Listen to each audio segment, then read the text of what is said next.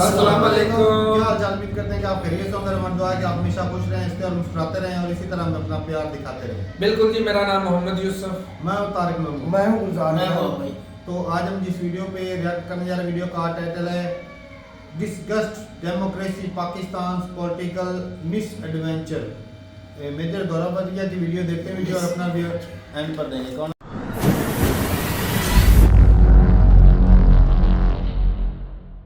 यानी कि पाकिस्तानी जोर जोर से जैसे मुर्गा बांग मारता है सवेरे 3-4 बजे, पाकिस्तानी सबको कहते हैं कि Pakistan is a democracy, Pakistan is a democracy, क्योंकि पाकिस्तान में इलेक्शन होते हैं। और कई मुस्लिम्स ये भी कहते हैं कि भाई कुरान में या हदीस में डेमोक्रेसी का कोई स्कोप नहीं है, क्योंकि डेमोक्रेसी इलेक्शंस का जिक्र नहीं है। ओ भाई, जिक्र तो इलेक्शन का जिक्र क्या रामायण में है या भगवत गीता में? ये एक थॉट प्रोसेस है, और ये थॉट प्रोसेस आपको ज्यादातर हर जगह तो आपको एक जैसा नहीं मिलता, पर ज्यादातर मुस्लिम कंट्रीज में आपको एक थॉट प्रोसेस मिलेगा जहां पे एक स्ट्रॉन्ग मैन होता है। जय हिंद दोस्तों, मैं हूं मेजर गौरव और आप देख रहे हैं तो चाणक्य डायलॉग्स। इस वीडियो को लाइक करिए, हमारे चैनल को सब्सक्राइब करिए, बेल आइकन दबाना बिल्कुल भी मत भूलिएगा। दोस्तों, आज हम बात करेंगे पाकिस्तान की डेमोक्रेसी की। बड़ा इंपॉर्टेंट टॉपिक है, क्योंकि 8 फरवरी को पाकिस्तान में हो रहे हैं इलेक्शन, और पाकिस्तानियों को एक गलत फहमी है कि डेमोक्रेसी इक्वल टू इलेक्शन। यानी कि पाकिस्तानी जोर जोर से जैसे मुर्गा बांग मारता है सवेरे 3-4 बजे, पाकिस्तानी सबको कहते हैं कि Pakistan is a democracy, Pakistan is a democracy, क्योंकि पाकिस्तान में इलेक्शन होते हैं। अब कैसे टूटे फूटे इलेक्शन होते हैं पाकिस्तान में, किस तरीके से काली वीगो, आपको पता है वीगो क्या है? वीगो एक गाड़ी है जो आईएसआई यूज करता है अपने ऑपरेशन। तो किसी भी पाकिस्तानी से पूछिएगा, वो कहेगा कि ज्यादा ना बोल, बगल में काली वीगो खड़ी है, उठा के ले जाएगी। ठीक है जी। तो ये स्टोरी आज मैं आपको सुनाऊंगा कि पाकिस्तान में इशू है क्या। पाकिस्तान में डेमोक्रेसी बहुत भारी डिमांड आई है। कई लोगों ने कमेंट्स में लिखा है, कई लोगों जो मेरा नंबर है जिनके पास, उन्होंने व्हाट्सएप भी करा है कि मेजर साहब, पाकिस्तान में इलेक्शंस की बात हो रही है, आप पाकिस्तान पे गहरी नजर रखते हैं, जरा आप बताइए कि मसला है क्या। अच्छा दोस्तों, ऐसा है कि पहले थोड़ा सा मैं आपको कॉन्टेक्स्ट दे दूं। Context is very important. दोस्तों, हाल ही में यूनिवर्सिटी ऑफ कराची में बेनजीर भुट्टो मेमोरियल लेक्चर हुआ, और एक प्रोफेसर है वहां पे, रियाज शेख साहब। तो रियाज शेख साहब ने कुछ बातें करी, और उन्होंने एक दो बातें बताई which I found very very relevant. पर लेकिन पाकिस्तानियों में सबसे बड़ा ये प्रॉब्लम है कि जो बंदा अकल की बात करता है उसकी बात। अब ये डॉक्टर रियाज शेख ने अच्छी बात करी। उसने बोला पाकिस्तान में डेमोक्रेसी क्यों रूट्स नहीं पकड़ पाई, क्योंकि largely it's a tribal society. जब मैं कहता हूं ट्राइबल सोसाइटी, काफी सारी सोसाइटीज भारत में भी हैं जो कि ट्राइबल सोसाइटीज हैं, वो एग्लिटेरियन है। अगर आप नॉर्थ ईस्ट में जाएं, वो भी ट्राइबल सोसाइटी है, लेकिन they are very democratic even in the tribal structure. आप नागास के बीच में बैठिए, मिजोस के बीच में बैठिए, खासीस के बीच में बैठिए, अपनी अलग अलग ट्राइब्स के हैं, लेकिन उनका काम करने का तरीका is very very highly democratic. पढ़े लिखे लोग हैं वहां पे नॉर्थ ईस्ट में इंडिया के। They are educated people, they are intelligent people, they know what they are talking about, they believe in modern values. Pakistan में उल्टा है, ट्राइबल सोसाइटी है ठाठा वाली। अब क्या है कि वहां पे एक जमींदार है, जमींदार के अंडर जो है एरियाज। अच्छा, पाकिस्तान में जैसे भारत में लैंड सीलिंग एक्ट हुआ और भारत में बोला कि इतने बीघे के बाद किसी के पास जमीन नहीं होगी, सिर्फ इतने एकड़ जमीन हो सकती है, बाकी जमीन नहीं हो सकती किसी के पास। पाकिस्तान में ऐसा हुआ ही नहीं। और कई पाकिस्तानियों का यह मानना है कि जो बड़े बड़े जमींदार हैं, वडेरे हैं, उनकी जमीन बचाने के लिए ही पाकिस्तान को जन्म दिया गया था। जिन्ना उन वडेरों का एजेंट था। अंग्रेजों का तो था ही एजेंट, वो वडेरों का एजेंट था। जो बड़े बड़े वडेरे, बड़े बड़े जमींदार, आज की तारीख में भी दोस्तों पाकिस्तान में ऐसे लोग हैं जिनके पास 5-5, 10-10 हजार एकड़ जमीन है। वो अपने जमीन पे लोगों को रखते हैं, कम्मी हो, हारी हो, जो भी उनको नाम दो, लोग रखते हैं। बंधुआ मजदूर की प्रथा आज भी पाकिस्तान में है। यानी कि वो चेन से बांध के ह्यूमन बींग्स को, इंसानों को चेन से बांध के रखता है वडेरा। किसी के 3-4 पुश्त पहले किसी के बाप दादा ने कोई कर्ज लिया हो, बस ब्याज पे ब्याज चल रहा है, असल की बात ही नहीं कर रहा, ब्याज पे ब्याज चलता चला आ रहा है। वो पैर में उसके बेड़ियां, हाथ में बेड़ियां, वो काम कर रहा है वडेरे के लिए। ये भी पाकिस्तान में चल रहा है आज की तारीख में। अच्छा, अब हम आते हैं डेमोक्रेसी इन पाकिस्तान। दोस्तों, इसमें ना एक और बात है जो कंट्रोवर्शियल है, राइट? और मैंने कुछ जो अपने आप को कहते हैं वो इस्लामिक स्कॉलर्स तो नहीं है, जाहिर सी बात है, they are not Islamic scholars, लेकिन वो अपने आप को ये कहते हैं कि उन्होंने कुरान शरीफ पढ़ी है, उनको इस्लामिक लॉ के बारे में जानकारी है, ऐसा वो खुद क्लेम करते हैं। मैंने जब उनसे बात करी तो एक टॉपिक आया कि is Islam compatible with democracy. ये थोड़ा कंट्रोवर्शियल टॉपिक है, लोग छेड़ने से थोड़ा सा गुरेज करते हैं, क्योंकि लोगों को लगता है यार किसी को बुरा लग जाएगा, क्यों किसी की भावनाओं पर ठेस पहुंचाना ऐसी बातें करने के लिए? क्योंकि टॉपिक ऐसा है, मैं ये जानना चाहता हूं कि 57 मुस्लिम कंट्रीज हैं, कहीं पे भी डेमोक्रेसी नहीं है। हम पाकिस्तान की डेमोक्रेसी की बात करें ना, ये देखिए, what challenges does Pakistan democracy face, ये देखिए ना, this is the topic. What challenges, क्या चैलेंजेस हैं पाकिस्तान की डेमोक्रेसी को? लेकिन किसी भी मुस्लिम कंट्री में डेमोक्रेसी ढंग की नहीं है। बांग्लादेश कहता है कि अगर वो डेमोक्रेसी है तो मैं मानने को इसलिए तैयार नहीं हूं, राइट, क्योंकि बांग्लादेश में मिलिट्री कूज हो रखे हैं, यानी कि अनब्रोकन चेन ऑफ डेमोक्रेसी जब से मुल्क वजूद में आया है, आजाद हुआ है, व्हाटएवर द केस में भी, वहां पे नहीं है इस्लामिक वर्ल्ड में। तुर्की में ऐसा नहीं है। अब कोई एक आता 57 में छूट गया होगा मुझसे, तो मुझे नहीं पता। अगर छूट गया है तो आप बता दीजिए कि मेजर साहब आप गलत बोल रहे हैं, ये मुल्क है, ये प्योर मुस्लिम मुल्क है, यहाँ पे मुस्लिम मेजोरिटी के लोग रहते हैं, पर यहाँ पे कभी कोई कू नहीं हुआ, कभी ये नहीं हुआ, कभी फसाद नहीं हुआ, ये नहीं हुआ। और कई मुस्लिम ये भी कहते हैं कि भाई कुरान में या हदीस में डेमोक्रेसी का कोई स्कोप नहीं है, क्योंकि डेमोक्रेसी इलेक्शंस का जिक्र नहीं है। ओ भाई, जिक्र तो इलेक्शन का जिक्र क्या रामायण में है या भगवत गीता में, रामचरितमानस में या वेद में ये कोई इलेक्शन का जिक्र है कि इस कॉन्स्टिट्यूंसी से ये बंदा खड़ा होगा, उसको ऐसे वोट देना है? या फिर आप बाइबल में, ओल्ड टेस्टामेंट, न्यू टेस्टामेंट में कहीं ऐसा जिक्र है कि भाई किसी ने ऐसा, भगवान ने बोला the lord said that let there be elections? ऐसा तो कहीं नहीं है। ना सिखों की किताब में है, गुरु ग्रंथ साहब में नहीं है, हिंदुओं की किताबों में नहीं है, ईसाइयों की किताब में तो किसी के नहीं है। यानी कि जो मॉडर्न आइडियाज आते हैं आपको एक्सेप्ट करना है। अब लेटेस्ट जो है इनमें, जो 3-4 हम धर्म के नाम लेंगे, लेटेस्ट है सिख धर्म है, ठीक है, जो बाबा गुरु नानक देव जी लेकर आए, तो उन्होंने दुनिया को सिख धर्म के बारे में बताया। और फिर सिखों के 10 गुरु आए। Last Guru Gobind Singh ji Maharaj was the last and the 10th guru of the Sikhs. लेकिन भारत में सिख जो हैं वो इलेक्शन में पार्ट ले रहे हैं ना, डेमोक्रेटिक है ना, डेमोक्रेटिक हैं। हां, चाहे वो हिंदू हो, मुस्लिम हो, सिख हो, ईसाई हो, भारत में हमारी डेमोक्रेसी परफेक्ट नहीं है। चाहे कोई भी धर्म का आदमी हो, हमारी डेमोक्रेसी परफेक्ट नहीं है। उसमें बहुत सारे छेद हैं, बहुत सारे इश्यूज हैं, 10 प्रॉब्लम है, लेकिन डेमोक्रेसी है। यहां पे कोई जर्नल आके प्रधानमंत्री निवास के ऊपर आके नहीं बैठ जाता कि कल से प्रधानमंत्री मैं हुआ, या कोई जर्नल आके यहां पे राष्ट्रपति भवन में नहीं बैठ जाता भारत में। लेकिन पाकिस्तान में इट्स अ रेगुलर फीचर। अब ये एक्चुअली क्या है कि this problem is there in most of the Muslim countries, और I would say all the Muslim countries. आप कजाकिस्तान से लेकर, तजाकिस्तान से लेकर, आप सोमालिया ले लो, सऊदी अरब ले लो। इनफैक्ट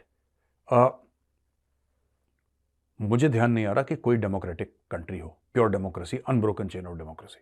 कहीं पे शेख है, कहीं पे शेख का बेटा है, कहीं पे शेख का बाप है, कहीं पे मिलिट्री डिक्टेटर है, कहीं पे हाइब्रिड डेमोक्रेसी है जैसे पाकिस्तान की। अब पाकिस्तान में दोस्तों 4 मोटे मोटे अगर मैं बता दूं, पाकिस्तान में 4 मिलिट्री डिक्टेटर हुए। Ayub Khan, he was the first one. पर अयूब खान के पहले भी पाकिस्तान में बहुत गदर चल रहा था दोस्तों। तो दोस्तों पाकिस्तान में भी ना डेमोक्रेसी जो है, कई बार इसका गला घोटा गया, कई बार, और हर बार घोटा गया इसका गला। हम डेमोक्रेसी इन पाकिस्तान की बात कर रहे हैं। अयूब खान आ गया। अयूब खान के बाद देयर वाज याह्या खान, 71, जो रंगरलियां मना रहा था और इंडियन आर्मी घुस गई ढाका में, भाई को पता ही नहीं लगा। ही वॉज ड्रंक एब्सोल्युटली, शराब पी के धुत। ये अपनी गर्लफ्रेंड के साथ था कमरे के अंदर बंद 3 दिन, और उसके स्टाफ अफसर में इतनी हिम्मत नहीं कि दरवाजा नॉक कर दे कि साहब इंडियन आर्मी पहुंच गई है। इंडियन नेवी ने कराची पोर्ट जला दिया, और इंडियन एयरफोर्स ने इतने बम मारे कि ढाका के बादल जो थे आसमान के, वो काले हो गए। हिम्मत थोड़ा ना थी इनको बताने की। चुप, वो रंगरलियां मना रहा है अंदर, याह्या खान।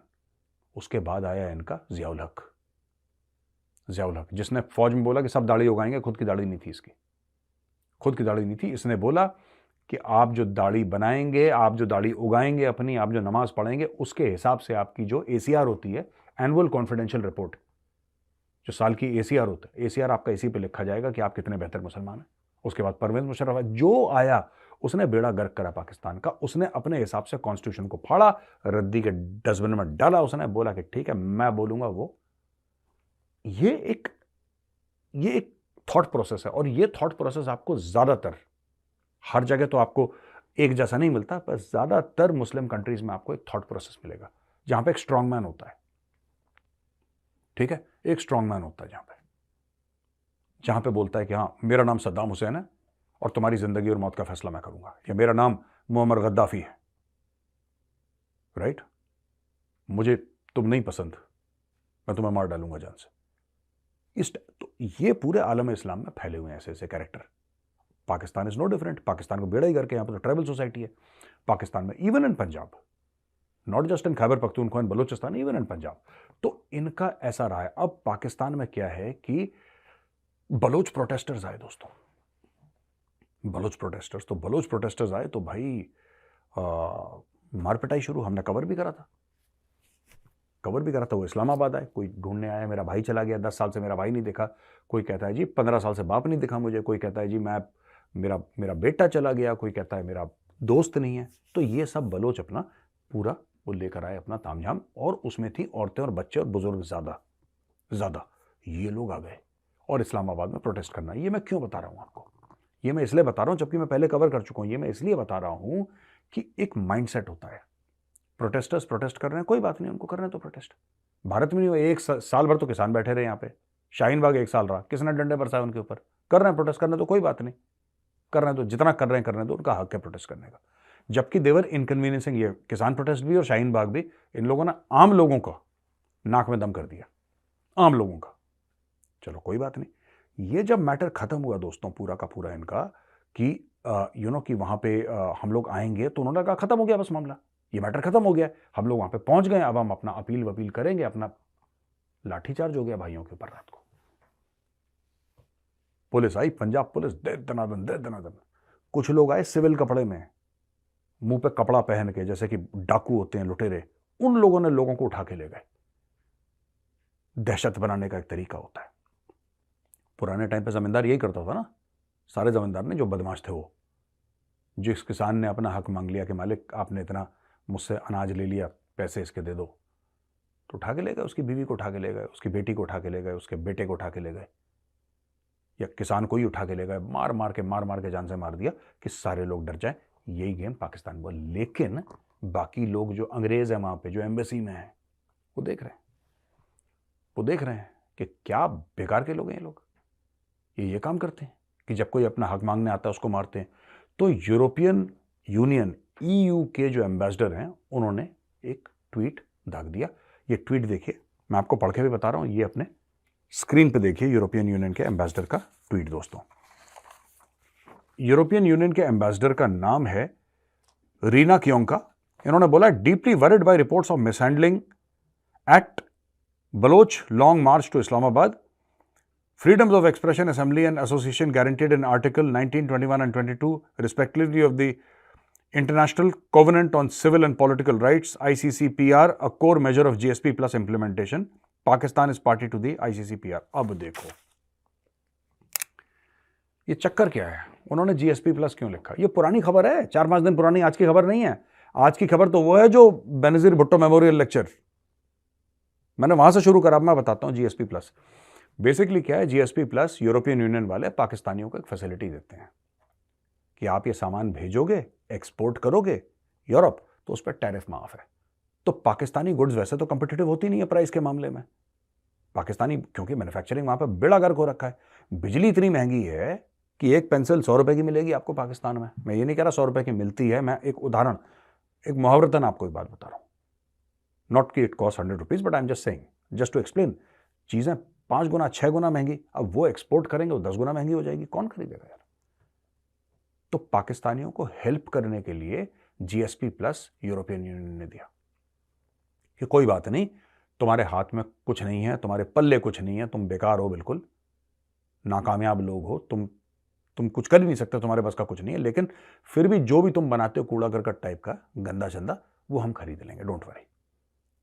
इसलिए नहीं कि पाकिस्तानी सामान बहुत अच्छा है या बड़ा सस्ता है या बड़ा कंपिटिटिव, नहीं, पाकिस्तान पे एहसान के तौर पे GSP प्लस उनको दे दिया। अब जब इन्होंने बलोचों को मारा तो यूरोपियन यूनियन के एम्बेसडर ने बोला कि ध्यान रखना, ये जो इंटरनेशनल कोवेनेंट्स हैं ह्यूमन राइट्स के और जो आर्टिकल्स हैं जो अभी कोट करा था, आपने स्क्रीन पे ट्वीट देखा, एडिटर साहब जरा दोबारा लगाइए स्क्रीन पे ट्वीट, ये जितने भी आर्टिकल्स हैं, पाकिस्तान इनका सिग्नेटरी है।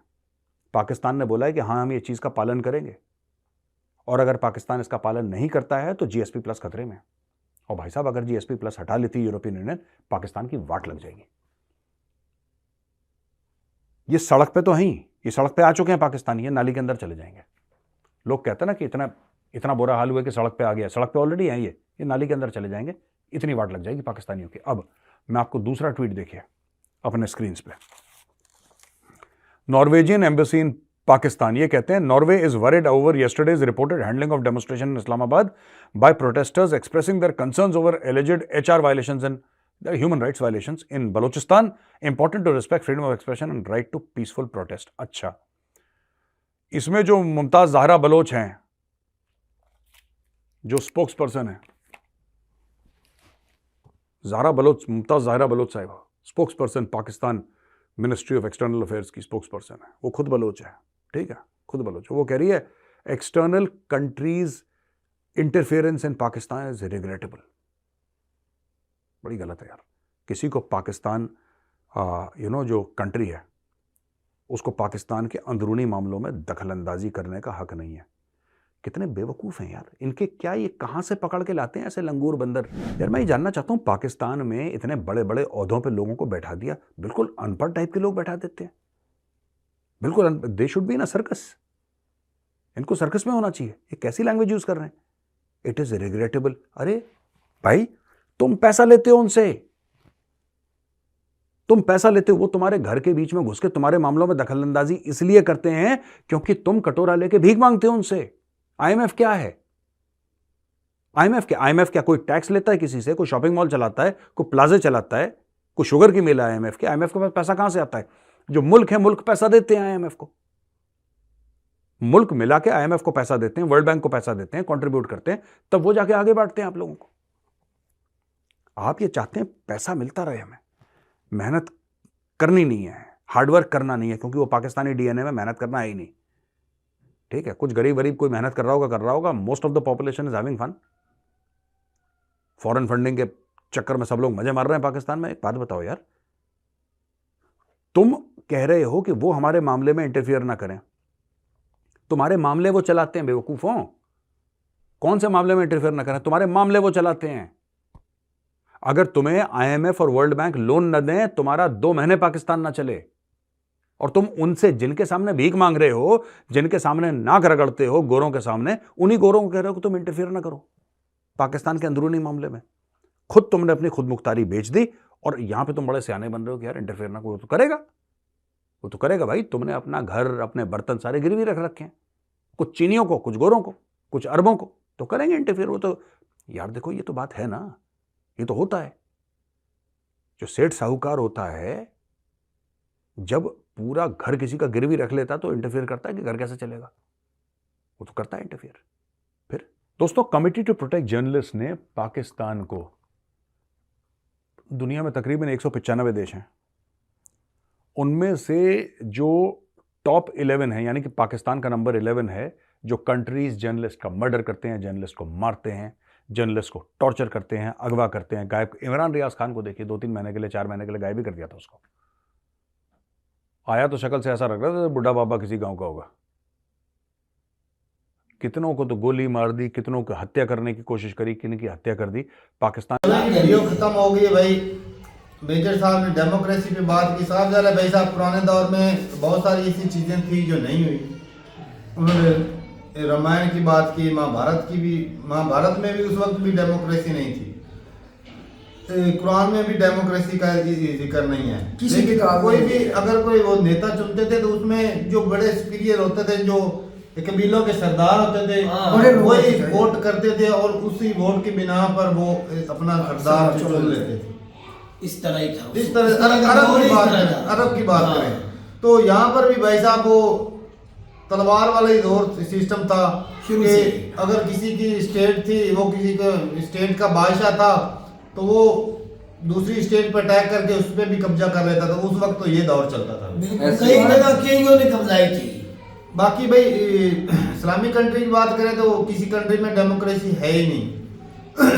यहाँ पे सिस्टम जो है ना, वो अलग ही लेवल का चलता है। पाकिस्तान नाम का डेमोक्रेसी वाला कंट्रियां, लेकिन ये है कि भाई इलेक्शन तो होते ही हैं, चलो कभी कभी वो डिक्टेटरशिप आ जाता है, लेकिन अब जो है कभी ना कभी वो मतलब तरीके में रहा है ना चार बार डेमोक्रेसी हो तीन गई, चार बार हो चुका है। तो भाई अब अब से ही तो तबाही हुई है। अब हम कब कह रहे हैं कि तबाही नहीं हुई है? उसकी वजह से ही ना जमहूरियत है, ना सियासत है, ना कानून चल रहा है। एक चीज होती है कि ना इंसानों के जो हकूक है ना उनकी उसका लॉस होता है जी। हमारे इंसानों को एक ताकतवर हकूक नहीं बंदा मिलेंगे तो फिर रह गया पीछे क्या। उसमें ये अगर ये देखने अच्छा के तारक, अगर देखा जाए तो ये अरब की कंट्री भी तो चल रहे हैं, डेमोक्रेसी वहां पर नहीं है, लेकिन उनके भाई जो कानून बनाए गए हैं, रूल वो तो सारे भाई उधर जो हमारी तरह इलेक्शन नहीं होते। सऊदीया में देखो चोरी का कंसेप्ट नहीं है भाई। भाई उधर तो कानून गोली ऐसा है, निकालने छोड़कर वो चले जाते हैं नमाज पढ़ने बिल्कुल। मस्जिदों में, बिल्कुल वो भी तो चोरी वाला इंसान ही है। नहीं। और डेमोक्रेसी अमेरिका में देख लो, सबसे बड़ी है, चोरियां वहां पर लूटमार काले कितने करते हैं, चोरियां वहां पे दिहाड़े का वहां पर होती है, सारा कुछ होता है बेटा। दिन दिहाड़े उधर तो पुलिस वालों को, इधर चलो हमारे यहाँ होते रहते, अमेरिका में पुलिस वालों को ठोक और वहां पर ये नहीं कि इंसानी हकूक को पामाल किया जाता, जहाँ पर डेमोक्रेसी नहीं है वहां पर भी सुनी जाती है लोगों की बात, लोगों के मसले मसाइल जो होते हैं वो हल किए जाते हैं। लेकिन ये भी है चल कि तो रहा है वहां पर भी। बहुत खराबियां भी है डेमोक्रेसी में। डेमोक्रेसी से इसका मतलब ये होता है कि भाई एक आम मजदूर बंदा भी अपने वोट की ताकत रखता है, इसकी लेकिन उस ताकत का गलत इस्तेमाल हो जाता है। नहीं, उसका गलत नहीं। अब एक गलत इस्तेमाल होता है। अमेरिका में पता है। ये सारी दुनिया में जो ये खराबियां, ये दंगे फसाद किसकी वजह से? चलो वो इसी सियासत की वजह यार से। सियासत होती है, सियासत को लाने के लिए डेमोक्रेसी लेकिन है। एक लीडर वोट को जिनकी पावर वजह दी से, जिनकी ताकत से बनते हैं, उनको ठेंगे पे भी नहीं और छोड़ते। उसकी सोचते नहीं, उसको कुछ जिंदा मिलता ही नहीं, मिसाल उसको हमारे मिलता ही नहीं भाई। पाकिस्तान में है। और भाई मिसाल तो दे रहे हैं, लेकिन वो हक तो रखता है ना। वो हक एक जब आम उसको मजदूर मिलने का- ही कुछ नहीं है, हक तो वो रखता है, ये हम भी जानते हैं। लीडर चुनने का तो हक रखता है ना, कोई अपनी हाँ, मर्जी से- लीडर अच्छा चुनने का हक अच्छा, रखता है, अब लीडर पाकिस्तानियों को हक कोई भी नहीं है, करता। पाकिस्तानियों को अच्छा आप पाकिस्तान सामने लीडर चुनी क्या है, करेगा? जो पाकिस्तानियों ने लीडर चुना है वो आगे आएगा, उधर उधर आगे नहीं। देंगे। तो मेजर इलेक्शन में पहला दिन चुनेगा। क्या कर रहे थे? नहीं इतना ही तो मुझे बता दे, जिसको आवाम का हक होता है ना, मैं वो डेमोक्रेसी की बात कर रहा हूँ, डेमोक्रेसी की, पाकिस्तानी डेमोक्रेसी की बात नहीं कर रहा। वैसे बात इलेक्शन की एक आम मैं वो बात कर रहा हूँ। एक आम मजदूर और एक बड़ा बिजनेसमैन के वोट की पावर सेम होती है एक ही बिल्कुल होती है डेमोक्रेसी में। तो वो पहले दौर होता था कि वो जो बड़े सरदार होते थे वो जिस तरह वोट कर देते थे वो खलीफा वो बन खलीफा हो जाता जाता था। लेकिन अब जो है भाई साहब वो डेमोक्रेसी है कई कंट्री में, चलो इस्लामी कंट्री में नहीं है वो। मेजर साहब ने सही बात की कि यहाँ पर ना पावरफुल बंदा है जो है ना वो लाजमी होता है। जिस तरह कर्नल कदाफी का नाम लिया, दूसरा क्या नाम इराक के थे ना सद्दाम हुसैन का सद्दाम नाम हुसैन। लिया। तो पाकिस्तान में डिक्टेटरशिप का रूल रहा है भाई, और रहा है, ये खूब भाई मजाक कर रहा है, रहा है तू कह रहा है, रहा है। ये नमूना तेरी आंखों के सामने है, अभी भी है। ऐसा कह सकते हैं। अब से स्टेटमेंट दी भाई साहब। रहा है मतलब वो गुजर गया था। रहा है, मौजूद है। अजीब बात है बंदे की। छोटे थे ना वो कहीं कहीं मैं तो कहता हूँ अपना वो देख ले, कहीं पानी तो नहीं नीचे निकल रहा कहीं खौफ की वजह से। नहीं भाई साहब ना थोड़ा सा दिक्कत हो जाती है। हाँ। बाकी बलोचों की बात की तो साफ भाई साहब ये मिसिंग पर्सन तो होते ही रहते हैं। ये कई कंट्रियों में आजू बाजू भी है। सारे मुल्क पाकिस्तान के आठ गुआर जो कंट्री है उनमें भी पाकिस्तान से ज्यादा मिसिंग है, चाहे वो अपने बारे में बताएं या ना बताएं। इंडिया में भी बहुत कई ज्यादा जर्नलिस्ट मारे गए हैं भाई, पाकिस्तान में भी बहुत ज्यादा मारे सिर्फ गए जम्मू हैं। कश्मीर के अंदर मैं तीसरी बार कह रहा हूँ 27 जो एंकर है उनका अभी तक पता नहीं चला, अभी तक नहीं लगा 2017 से जर्नलिस्ट ये यूट्यूब का एंकर कहने का मतलब होता है जो जर्नलिस्ट होते हैं ना, हाँ। वो ये उनका एंकर- कोई पता नहीं। वो जम्मू कश्मीर की माए बहने और उनकी बीवियां वो आज भी उनकी तस्वीरें लेके जम्मू कश्मीर में ये कोई रिपोर्ट देखी है या कोई रिपोर्ट नहीं देखी मैंने, मेरे पास फिर तुम मानेगा नहीं, मेरे पास बीबीसी की वीडियो डाउनलोड की हुई है। अच्छा बीबी वो खुद चीख चीख के ये भी कह रही है उस वीडियो में, हमारे से पूछा नहीं गया कि 370 हटाना है या नहीं हटाना, इससे क्या फायदा हो सकता है, नहीं हो सकता, हमें किसी ने पूछे ही नहीं। ये भी उस वीडियो में चीख चीख के होते जम्मू कश्मीर की कह रही है, पाकिस्तानी नहीं कह रहे या ना मैं नहीं कह रहा। ये बीबीसी की वीडियो अगर आप भाई को कहे तो हम इधर वीडियो लगा देंगे, खुद देख लेना फिर मुझे बता चलो दे। वो क्यों पूछेंगे, वो हट गया, उनके लिए अब तो फायदा हो गया। अब की ही वीडियो है, 2023 में लास्ट की वीडियो है। प्रोटेस्ट की बात करें तो भाई साहब जो प्रोटेस्ट ये कुछ दिन पहले धरना दिया था ना प्लेयरों ने, रेसलर ने, उनके साथ भी भाई साहब पुलिस ने बहुत सारी छेड़खानी की, उनको मारा पीटा घसीटा गया, लड़कियों को पुलिस ने ये जब घसीटा। किसानों ने दिया था तब भी तो 6-7 बंदे मरे थे जिस दिन उस दौर में जब इंडिया में जब किसानों ने 1 साल के लिए धरना दिया था ना, जितनी मार पुलिस ने दी थी, जिसके कहने पे भी दी थी, बेगुनाहों को दो। कोई एक कमला तक इंडिया में टूटा था ना, वो तोड़ रहे थे, गुलूकार सिंगर अदाकार उनकी स्पोर्ट में आ रहे थे। तो कई लीडर भी वैसे जैसे भी आए थे, वो कहा गया कि ये अपनी सियासत चमकाने आए हैं। जिस तरह मोदी साहब कह देते हैं, इमरान खान जाओ लड़की के पास भेजा, बंदों को अपनी पार्टी को भी जाओ, उसके लिए पूछो, हम आपकी मदद कर सकते हैं। इमरान मोदी साहब ने कह दिया है कि वो अपनी सियासत चमकाने आया है। जब कोई नहीं जा रहा था उस वक्त कह रहा था कोई उधर आ ही नहीं रहा। वैसे ही ये भी अवैसी साहब भी गए थे, तो एक अफीसर था, उसके बेटे ने गाड़ी चढ़ा दी थी, वो जो बैठे धरने 6 बंदों को मार दिया था। पर हमने वो वीडियो भी की थी, उसके बच्चे को आज तक किसी ने पूछा नहीं। ठीक हो गया। तो पुलिस ने भी उन धरने वालों को बताया था, पुलिस ने भी कई लोगों को माओ बहनों को भी घसीटा था। उसके बावजूद भाई साहब इंडिया में डेमोक्रेसी है, खामियां भैया है, वो मेजर साहब ने भी बोला खामियां हैं, लेकिन डेमोक्रेसी है। पाकिस्तान में वो भाई साहब डेमोक्रेसी नहीं, वो इसलिए कि भाई अब एक पार्टी स्ट्रांग दिख रहा है, उसको छेड़छाड़ कर रहे हैं, उसका जी इंतखाबी निशान जो है वो चेंज कर रहे हैं, कर नहीं रहे। उन्होंने कहा है, उन्होंने रात की तुझे बताया, उन्होंने कहा है आप समझे पीटीआई का इलेक्शन है ही नहीं, ये बाकी पाकिस्तान की जितनी पार्टी है ना, उनका इलेक्शन 8 फरवरी को है, वो पार्टी है ही नहीं, बस खत्म है। तो ये तो खत्म है, ये चीजें खत्म है ना, कि एक पार्टी को खत्म किया जाता है, वो किसी के अमेरिका के कहने पे या किसी के कहने जिधर भी हो जाए, क्योंकि जिसको ज्यादा लोग चाह रहे होते हैं उसको दबा दिया जाता है, खत्म। और वो पार्टी इस वक्त चेक भी कर सकते हो, पूरी दुनिया में 10वें नंबर पे है। और पाकिस्तान में ना डेमोक्रेसी ना होने की वजह भी सबसे बड़ी वजह ही अमेरिका है। वो तो सबको पता है, वो डिक्टेटरशिप चाहता है, क्योंकि वो उसके हक में काम करते हैं, वो पैसे देते हैं, उससे तो वो ही चाहिए जो पीछे से ऐसा धूम लगता है। हाँ, तो उनको पैसे मिल जाते हैं और वो भाई साहब अपना राज करते हैं जी। और वो इलेक्शन होते हैं, बकायदा इलेक्शन होते हैं, लोग उनको कुछ टेंशन है। तू सदर पाकिस्तान, उसकी फैमिली इधर नहीं है, आर्मी चीफ की फैमिली इधर नहीं है, जो चीफ जस्टिस काजी साहब है उसकी बलोचिस्तान से तलक रखते हैं, जय पदाश भी वही, उसकी फैमिली इधर नहीं है। ठीक हो गया। जो हमारे काकर साहब है, इसकी फैमिली इधर थी, जिसने वजीर आजम का हलफ उठाया, अपनी फैमिली को बाहर छोड़ के आए। मतलब कहने का ये है कि जो अवाम वोट डालने जाएगी ना, अफरा तफरी तो होगी, जिस तरह के हालात बने पे आप तो जानते ही हो, उसमें किसी बड़े बंदे का, बड़े ऑफिशियल किसी का भी कोई बच्चा वोट डालने नहीं जाएगा, वो नहीं मरेगा, उनको उनके दिल में कोई भी इधर नहीं आएगा, हमदर्दी नहीं आएगी किसी की। अच्छा भाई ना, मुझे ना एक बात की समझ नहीं आती कि अक्सर भाई इंडिया भी बोलता है कि पंजाब सारा कुछ कर रहा है, पंजाब सारा कुछ कर रहा है, कहती खा रहा है, चलो खा रहा है, पी रहा, वो अलग बात है। लेकिन देख लें, ये खान थे पहले, क्या या खान हो गए, टिक्के खान था, ये सारे खान, याउलग था, खान थे भाई साहब, सारे खान, ज्यादा खान ही थे। अब ये जो न्याजी जनरल वो भी खान ही था, वो भी खान था, वो पंजाबी तो नहीं था ना भाई। बिल्कुल। तो ये वो कहते हैं लानत सारी पंजाबियों पे आ जाती है, लेकिन जो सारे काम वो हुकूमत पंजाब में कर रहे थे ना, इसीलिए जो पंजाब का नाम आ जाए। वही बात है भाई। अब देख लें, भुट्टो कौन था, बेनजीर कौन थी, वो भी सेंसिटिव थी। अब जो है वो बलोचिस्तान का प्राइम मिनिस्टर भी है, चीफ जस्टिस भी उसका है, सीएम भी उनका ही है, सेनेट का चेयरमैन भी उनका ही है। सारी लानत जो है ना, वो पता नहीं पंजाब में क्यों है, मुझे इस बात की समझ नहीं आती भाई। हुकूमत तो सारे वो बाकी भाई जो प्रोटेस्ट कर रहे हैं, पीसफुली प्रोटेस्ट, बलोचिस्तान की बात करें तो जो भी प्रोटेस्ट कर रहे हैं ना, वो पीसफुल तरीके से कर रहे हैं। अभी तक तो उन्होंने कुछ कोई छेड़छाड़ नहीं होनी चाहिए उनके साथ। साफ है कई जगह पे उनको रोकने के लिए ज्यादतियां की गई, उनके थप्पड़ भी मारे गए भाई, थप्पड़ भी औरतों के, बच्चियों को मारा गया, चुराए गए, कई बंदों को गायब भी किया गया। हो सकता है गायब की खबर पाकिस्तान में शायद नहीं सुनी।